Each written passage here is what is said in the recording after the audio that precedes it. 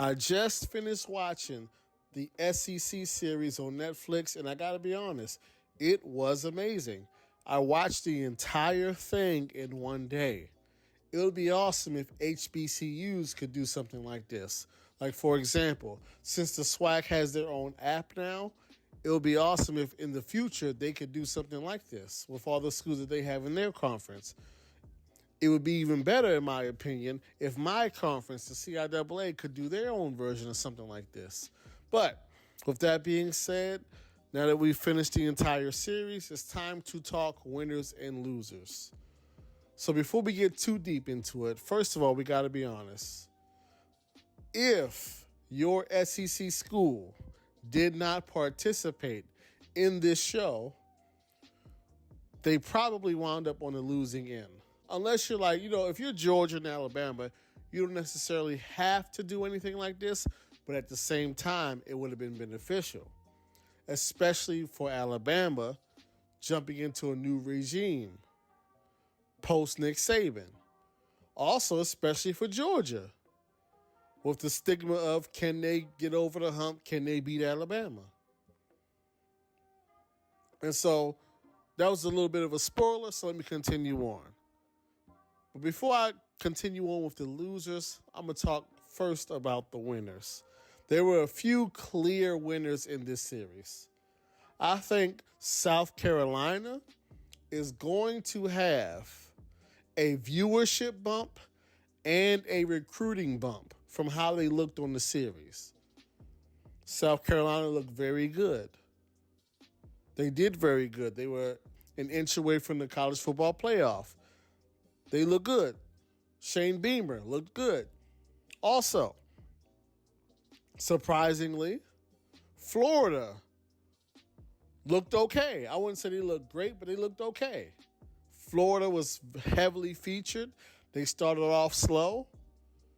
But if you're a young player and you want to play football in the SEC, especially if you're an offensive player, and you see a young player by the name of DJ Lagway, and you watch this show, if you're a wide receiver, for example, you're thinking, hey, maybe I can go to Florida. They got a young quarterback over there that's changing life. That helped out Florida. It helped out Billy Napier. Also, Vanderbilt. Vanderbilt was a huge winner in this series. If you're somebody who wants to play Division I football, you want to play in the SEC, but for whatever reason you're overlooked by Georgia, by Alabama, by Texas. But you saw this show and you saw, hey, Vanderbilt, they fight hard. They're well connected. They fight and they scrap. They're building something. They were competitive. They beat Kentucky. They beat Auburn. They beat Alabama. I think based on this show, Vanderbilt will get a recruiting bump. Not saying they're going to win the SEC or go to the SEC title game, but they're going to be more competitive in the very near future. So those are the teams that won. There are also some teams who lost. And for me, the teams who lost were the teams that either decided not to participate or Netflix decided not to feature them. But I doubt that Netflix would decide not to feature an SEC school on an SEC show. So in my opinion, I think what's most probable to have happened is that schools opted out. And when I say schools opted out, what I mean is they didn't give Netflix access to the sidelines. They didn't give Netflix access to players, and they didn't do coach interviews. Because even if you look at it for example, take Kentucky, for example. Kentucky did not give full participation. No Kentucky coach was interviewed. You didn't see any clips from Kentucky's locker room. What Kentucky did was they featured and gave limited access, and they allowed them to speak to two players who wound up being drafted, coincidentally. However, once again, there are programs like Alabama, Georgia, Missouri, Oklahoma, Ole Miss, who did not participate or who were not featured at all on the show. And the biggest loser, in my opinion, is Oklahoma. Because if you watch the entire SEC series on Netflix,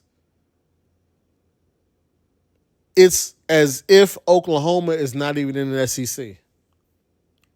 Seriously, let's just say you're not a huge football fan and you don't know all the members of the SEC, because let's be real, Texas and Oklahoma and Missouri came to the SEC recently. Missouri's been there a little bit longer, but Texas and Oklahoma came pretty recently.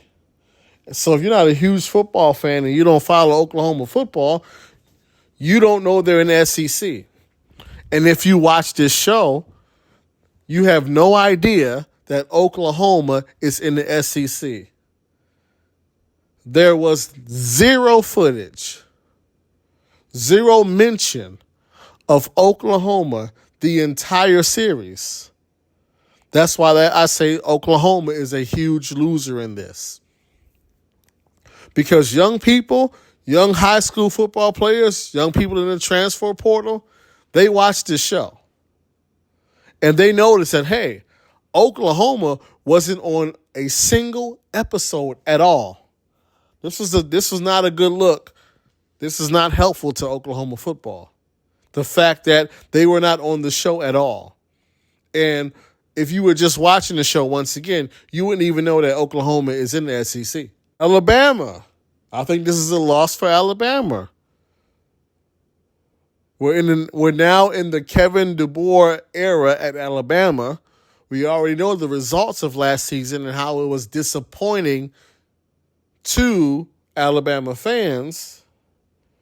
The least you could have done is highlighted your personality, highlighted your philosophy and what you're building. But it appears as if Alabama opted out. So they didn't get to highlight that. All you see from Alabama on here is a loss to Vanderbilt and a win over LSU. And that's pretty much all for Alabama on here.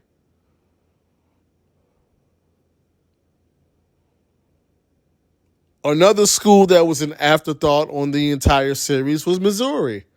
They talked about Missouri maybe 2 or 3 times in passing because of another school that they were talking about, but Missouri didn't get any energy, any juice, or any interest from this series. It seems as if they opted out as well, which was a mistake. And so ultimately, it appears as if Oklahoma, Texas, Missouri, Georgia, Ole Miss, and Alabama opted not to participate in this series. And they did not do themselves any favors, nor did they do Netflix any favors. Because if those schools would have participated, it probably would have been 3 or 4 more episodes in the series.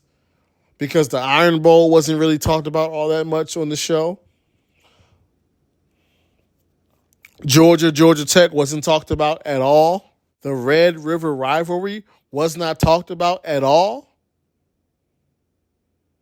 Even though at this point it is an SEC matchup and it wasn't talked about or featured at all. The SEC title game was not spoken about at all. They went straight from rivalry week when once again Georgia Tech was not featured. The Red River rivalry was not featured. The Iron Bowl was not featured. So they didn't even go over all the rivalries. And they went straight to the playoffs. They skipped completely the SEC championship game because the teams in the SEC championship game opted out of the series. But once again, it was a great show, very entertaining. I watched the entire thing in one day. But the big winners were Vanderbilt, South Carolina. The biggest loser was Oklahoma. Right behind them would probably be Missouri. And then, Alabama and Georgia. It will be interesting to see going forward if they continue on with the SEC or go to other conferences or do the SEC and other conferences. Like, for example, I'm from ACC territory, so I would like to see an ACC, series. I would also like to see a Big Ten series, but we'll see what happens. What about you? What is your biggest takeaway from this series? Who do you think were the biggest winners?